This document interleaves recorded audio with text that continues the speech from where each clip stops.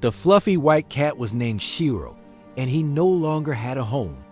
His owner, an old man with trembling hands and a gentle voice, had been buried at the edge of the graveyard beneath a crooked neem tree. Since that day, Shiro came every night. He slipped through the broken iron gate, padded across cold soil, and sat beside the grave, staring at the stone as if waiting for it to speak. The world felt wrong without the familiar scent of his owner, without the warm lap and whispered stories that used to follow every sunset. At night, the graveyard changed.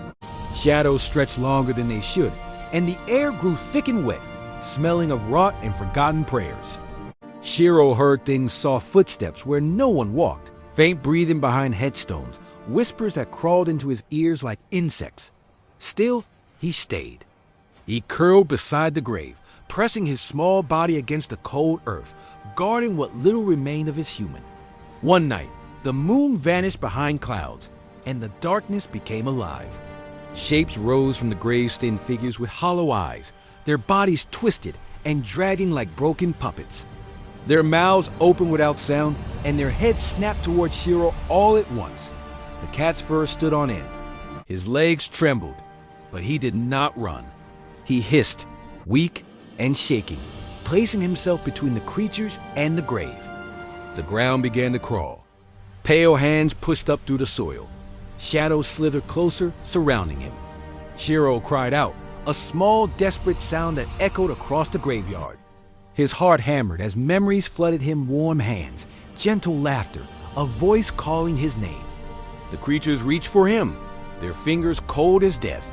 Then the wind changed. A sudden warmth spread through the air, and the shadows froze. A soft glow appeared above the grave, faint but steady. The creatures recoiled, shrieking silently as the light grew brighter. One by one, they sank back into the earth, swallowed by darkness. The graveyard fell silent again. Shiro collapsed beside the grave, exhausted. In the glow, he felt something familiar, like a hand brushing his fur, like a presence watching over him. The light slowly faded, leaving only the moon and the quiet night. From that night on, Shiro still visits the grave, but the shadows never come close again. The villagers say the old man's spirit guards his loyal cat. And every night, beneath the neem tree, a fluffy white cat sleeps peacefully, knowing he is no longer alone even in the darkest place.